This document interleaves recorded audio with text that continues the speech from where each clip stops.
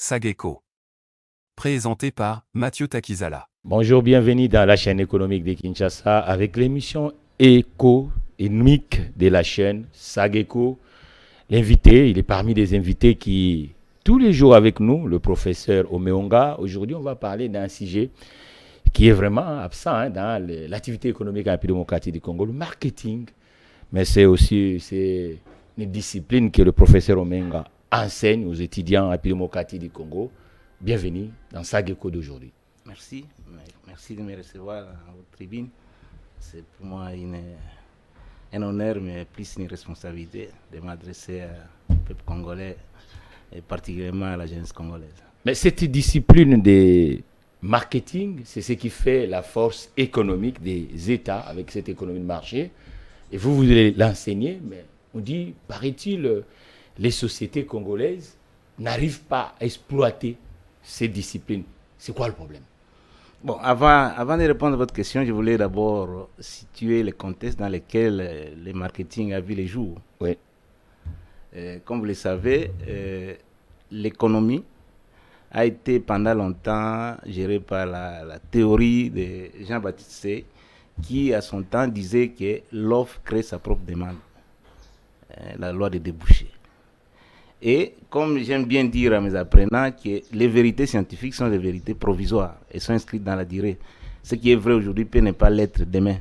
Dans les temps, on parlait de la crise économique, c'était une crise de sous-production. Pourquoi? Parce qu'on disait que les industriels, quand vous produisez un bien, il y aura obligatoirement quelqu'un qui va acheter. Mais arrivé le 29 septembre 1929, pour la première fois, on a subi une nouvelle forme de crise. Cette fois-là, c'était une crise de surproduction. Il y a eu tellement de biens et services sur le marché, mais il n'y a pas eu de gens pour acheter. C'est à partir de ce moment que les chercheurs, encore une fois, de plus, je sais que le domaine de la recherche est encore absent dans les pays. Aux États-Unis, ils ont réfléchi, ils ont trouvé que cette théorie-là de déboucher a montré ses limites, il fallait envisager une autre possibilité. La possibilité, c'était, hier, si l'offre était l'activité, l'élément principal de l'activité économique, aujourd'hui, c'est la demande. Donc, il ne suffisait pas seulement de produire pour avoir quelqu'un pour acheter. Donc, avant de produire, il faut connaître qui va acheter. C'est dans ce contexte-là que vers la fin des années 50, le marketing a vu les jours.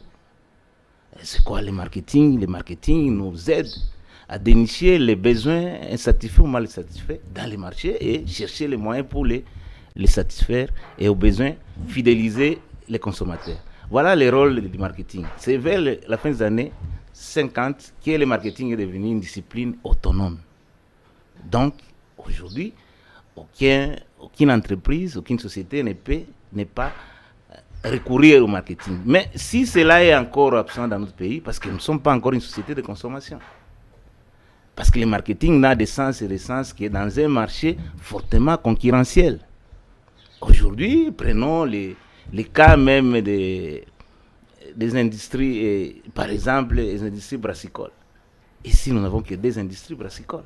Alors quand vous allez en Allemagne, par exemple... Fait défaut, donc pour vous, non, la concurrence n'est pas encore là. Vous avez un duopole, et ça c'est une concurrence. Alors que les mêmes produits... que cette émission de Sageco, prof, on aura toujours une dame qui va commencer à intervenir pour 2 minutes, hein, parce qu'aujourd'hui le site est marketing. Il n'y a pas, et la dame s'appelle maman, et la dame Diana, elle va venir, hein, elle va nous dire quand même, avec ces sujets, hein, comme nous, au tout début de l'émission, elle est là, les récite. Et après, on va continuer. Si je peux terminer par rapport à cet exemple de brassicole, mais quand vous allez dans un pays comme l'Allemagne, on a au moins 300 brasseurs. Vous voyez? Dans un pays où on a 300 brasseries, donc pour qu'on ait une part belle du marché, on doit obligatoirement recourir au marketing. Mais aujourd'hui, est-ce que pour acheter, on a besoin du conseil des marketeurs? Parce que déjà le marché est trop étroit et les offreurs sont minimes, donc la concurrence est absente. Or, pour parler de marketing, il faut dans un marché fortement concurrentiel. Voilà, donc marketing, on a dit qu'on sera habitué dans Sageco. On va voir Madame Diana qui va commencer chaque sujet de nous dire les récits, ceux qui ont appliqué la science, par exemple, marketing, Aujourd'hui, elle va nous raconter quelle entreprise qu'elle a choisie, parce que le récit de cette science s'est fait aussi dans le terrain professionnel via les marques qui sont connues. Bienvenue, Madame Dana, dans ces rubriques de nous dire. Voilà, c'était le rubrique, dans le récit et dans le système de marketing mondial. On est en vie avec Madame Diana. Elle sera tout dans le SAGECO. Le sujet du jour, elle va essayer de nous compléter ceux qui ont vraiment assimilé, vous comme professeur. Vous avez trouvé ce que Madame Diana a parlé Oui, c'est ce sujet d'aujourd'hui. C'est important. L'exemple de la réussite de Coca-Cola, qui est une des multinationales américaines. J'enseigne au niveau des masters les entreprises multinationales. Mais il faut noter que toute entreprise multinationale, elle est d'abord locale, nationale, et puis régionale et internationale par la suite. Mais les rôles du marketing, comme il a si bien dit, c'est de promouvoir les chiffres d'affaires. Mais les chiffres d'affaires rentables. Pourquoi j'ajoute rentables? Parce que l'effet de réaliser des scores importants de ventes ne signifie en rien qu'il y a rentabilité. Déjà, dans le marketing international, il y a de ces entreprises qui font ce qu'on appelle le dumping. Dumping, c'est quand on veut conquérir un marché, on veut entrer, on peut vendre à perte.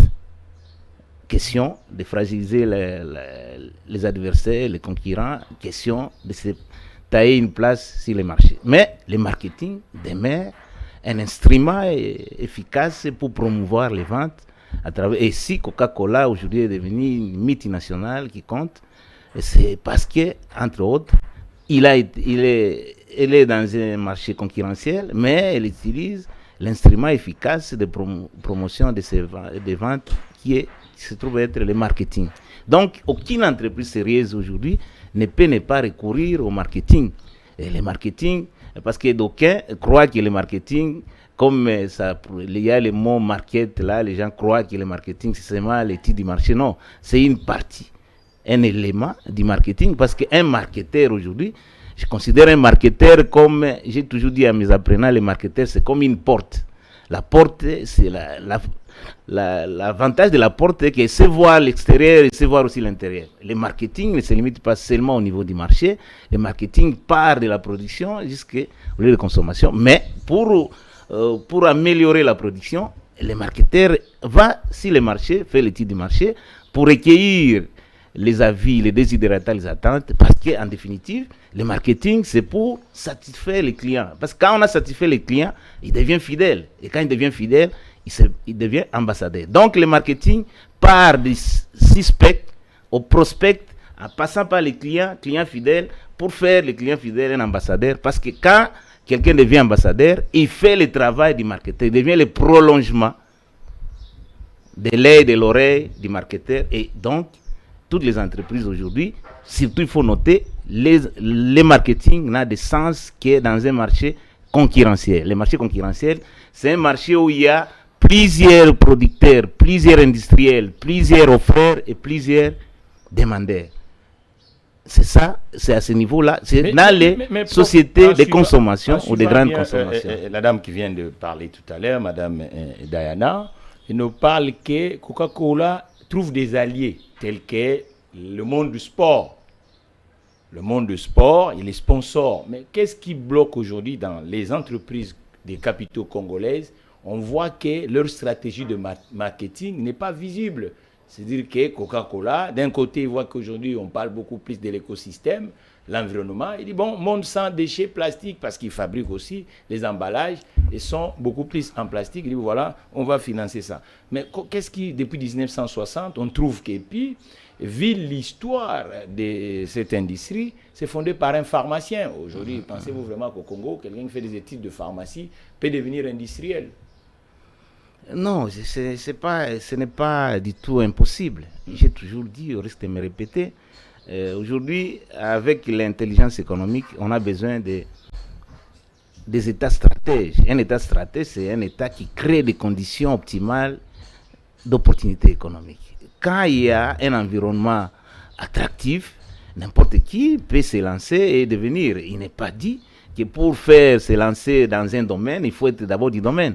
Donc, tu peux être promoteur, mais et l'activité va être prise à bras le corps par les experts à la matière. Donc un pharmacien peut se retrouver du jour au lendemain industriel. Ce n'est pas ça le problème.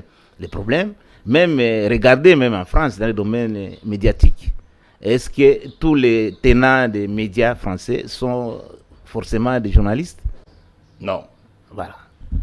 Donc c'est pour dire que le problème c'est d'avoir un environnement qui nous permet d'exercer les dons dont on dispose ou les moyens qu'on peut mettre en exercice. Mais malheureusement, même Coca-Cola, quand vous voyez à ses débuts, il a arrivé l'accompagnement de l'État.